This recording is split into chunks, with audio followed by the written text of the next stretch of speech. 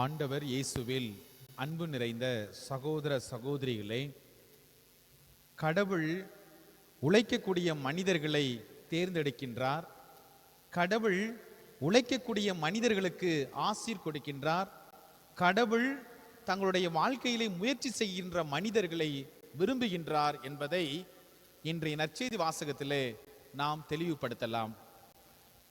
உழைப்பு என்பது கடவுளுடைய ஆசீர்வாதம். உழைப்பு என்பது கடவுளுடைய கொடை. கடவுளே தொடக்க நூலிலே வாசிக்கின்றோம், 6 நாட்கள் வேலை செய்தார் என்று வாசிக்கின்றோம். கடவுளுடைய பார்வையில் சோம்பேறித்தனம் என்பது மிகப்பெரிய ஒரு பாவம். யாரெல்லாம் சோம்பேறித்தனமாக இருக்கிறார்களோ அவர்கள் பாவத்திற்கான சூழலை தங்களுடைய வாழ்க்கையிலே அவர்கள் தேர்ந்து கொள்கிறார்கள் என்று நாம் விவிலியத்திலே வாசிக்கின்றலாம். இன்றைய நற்செய்தி வாசகத்திலே ஆண்டவர் இறையாட்சியை கட்டி எழுப்புவதற்காக, இறை அரசை உருவாக்குவதற்காக யாரை தேர்ந்தெடுத்தார் என்று பார்க்கின்ற பொழுது உழைத்து கொண்டிருக்கக்கூடிய மனிதர்களைத்தான் தேர்ந்தெடுத்தார். இதை நற்செய்தியிலே வாசிக்கின்றோம். சீமோனும் அவர் சகோதரரான அந்திரேயாவும் வேலை செய்து கொண்டிருக்கிறார்கள்.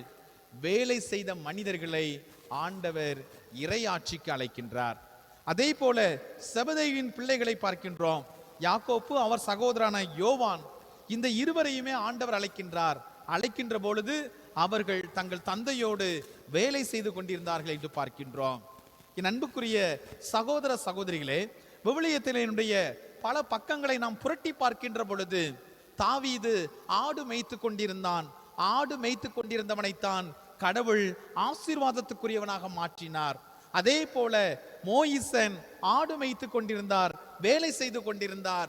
வேலை செய்து கொண்டிருந்த மனிதனைத்தான் இஸ்ராயல் மக்களுக்கு விடுதலை கொடுக்க, பாலும் தேனும் பொழியும் கானான் தேசத்துக்கு அழைத்து செல்ல ஆண்டவர் தேர்ந்தெடுத்தார். அன்புக்குரியவர்களே, மத்தேயு வேலை செய்து கொண்டிருந்த போதுதான் ஆண்டவர் அவனை அழைத்தார். நாம் வேலை செய்ய வேண்டும். நாம் இறையாட்சிக்காக, இறையரசை கட்டி எழுப்புவதற்காக நாம் எந்த விதத்திலே நாம் உருவாக்கப் போகிறோம் என்பதை ஆண்டவர் நம்மிடம் கேட்டு பார்க்கின்றார். நாம் வேலை செய்கின்ற பொழுது கடவுள் அந்த வேலையை ஆசீர்வதிக்கின்றார். நாம் முயற்சி செய்கின்ற பொழுது அந்த முயற்சியை ஆசீர்வதிக்கின்றார்.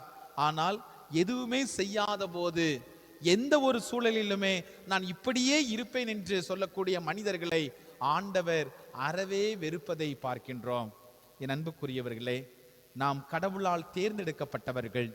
நான் என்னுடைய குடும்பத்தினுடைய ஆசீர்வாதம், என்னுடைய குடும்பத்திற்கு நான் ஆசீர்வாதத்தை கொண்டு செல்ல வேண்டும். எப்படி கொண்டு செல்வது? உழைக்க வேண்டும். இறையாட்சிக்காக, இறை அரசுக்காக, கடவுளுடைய நற்செய்தியை பறைசாற்றுவதற்காக ஆண்டவருடைய வாழ்வை பார்க்கிறோம். மார்க்கு நற்செய்தி 1 அதிகாரத்திலே அதிகாலையிலிருந்து இரவு வரை அவர் தொடர்ந்து வேலை செய்து கொண்டிருப்பதை பார்க்கின்றோம். எனவே இந்த நல்ல நாளில் நாம் ஒவ்வொருவரும் நம்முடைய உழைப்பை ஆண்டவர் ஆசீர்வதிக்க வேண்டும்.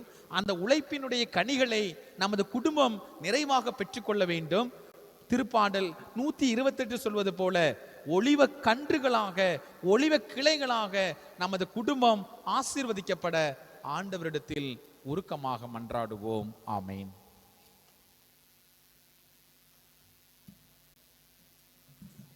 அன்பு